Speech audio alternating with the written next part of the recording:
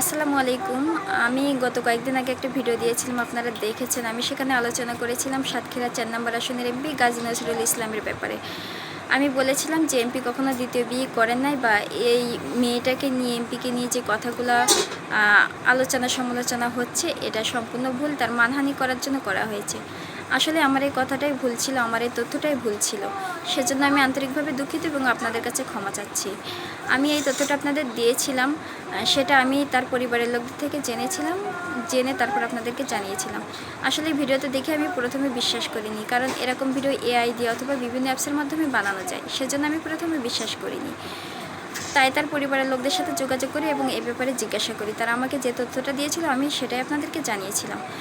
তবে গত 2-3 দিন আগে আমি আবার তার পরিবারের সেই সদস্যের সাথে যোগাযোগ করি এবং এ ব্যাপারে জিজ্ঞাসা করি। তখন তার পরিবারের সেই সদস্য আমাকে জানায় যে হ্যাঁ, ঘটনা সত্য, যে ভিডিওটা সবাই দেখছে সেটা সত্য। এমপি ওই মেয়েটাকে বিয়ে করেছেন, ওই মেয়েটাই এমপি দ্বিতীয় স্ত্রী। তবে এরকম বয়সে এমপি এরকম একটা ছোট মেয়েকে বিয়ে করেছেন, সেজন্য তারা লজ্জাবোধ করছে। এ ব্যাপারে তারা কথা বলতেও লজ্জাবোধ করছে, এটা আমাকে জানায়। তো এই ব্যাপারটা নিয়ে তো আপনারা আবার মাতামাতি করবেন যে আমি কেন কথা বলেছি, হ্যাঁ, আমি কেন চিনি, আমি কেন গিয়েছিলাম এমপির বাড়িতে, এমপির পরিবারের সাথে আমি কেন কথা বলি, এ ব্যাপার নিয়ে তো আবার আপনারা অনেক কথা বলবেন। তো সেজন্য বলছি যে আমি বিভিন্ন এলাকায় যাই। আমার বাবা বলে যে ভ্রমণ করলে জ্ঞান বাড়ে, সেজন্য আমার বাবা যখনই ছুটি পেতেন তখনই আমাদেরকে নিয়ে বিভিন্ন এলাকায় ঘুরতে বেড়াতে যেতেন। সেজন্য আমি বিভিন্ন এলাকায় গিয়েছি এবং অনেক এলাকায় অনেক মেয়ে, অনেক বউদের সাথে আমার ভালো সুসম্পর্ক আছে। আমি তাদের সাথে যোগাযোগ করি এবং তারাও আমাকে চিনে, আমিও তাদেরকে চিনি। তো আশা করি এই ব্যাপারে আর আপনারা কোনো বাজে কমেন্ট করবেন না। আর কিছু কিছু মানুষ আছে যারা বাজে কমেন্ট করে, যাদের চিন্তাধারা খারাপ, তাদেরকে বলছি, আপনারা যে অনেকে কমেন্ট করেছেন, যে অনেক আজে বাজে কমেন্ট করেছেন, সে কথাগুলো আমি বলছি না। আমি বলতে চাচ্ছি এটা, যে এমপিরও তো বাড়িতে মা আছে, বোন আছে, তার মেয়ে আছে, তার ছেলের বউ আছে, তাই না? তো এমপির বাড়িতে যদি কোনো মেয়ে বা কোনো মহিলা যায়, তাকে কি এমপি সরাসরি বেডরুমে নিয়ে যায়? সে কি কাউকে মেয়ের চোখে দেখে না? সে কি কাউকে মায়ের চোখে দেখে না? সে কি কাউকে বোনের চোখে দেখে না? তার বাসায় গেলে কি সে মানুষকে বেডরুমে নিয়ে যায়?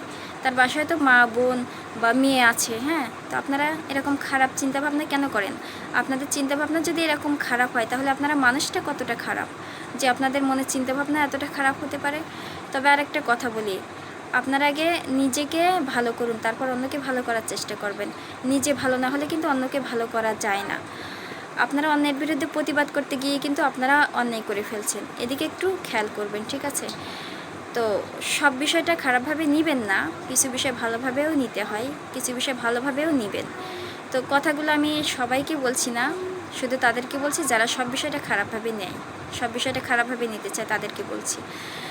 তো আমিও এই এমপির এই ব্যাপারটা নিয়ে প্রতিবাদ জানাই, কারণ এটা একটা সামাজিকতা থেকে একটা অন্যায়। কারণ এরকম 70 বা 75-এর উপরে এমপির বয়স, এই বয়সে এরকম একটা মেয়েকে বিয়ে করেছে, তার হিসাবে কিন্তু ছোট একটা মেয়ে, এই মেয়েটাকে সে বিয়ে করেছে, এটা কিন্তু সামাজিকতা থেকে একটা অন্যায়, আমাদের মন মানসিকতা বা মানবতা থেকে একটা অন্যায় এটা, ঠিক আছে? এটা অবশ্যই একটা অন্যায়, এটা আইনতভাবে তার ব্যবস্থা নেওয়া উচিত।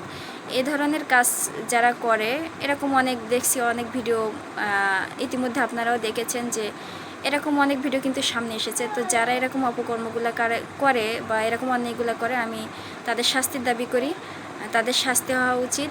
এই এমপি হোক বা মন্ত্রী হোক বা কোনো বড় নেতা হোক, যেই হোক, এরকম অন্যায় যারা করবে তাদেরকে শাস্তির আওতায় আনা হোক, তাদের শাস্তি দেওয়া হোক, এটাই আমি চাই।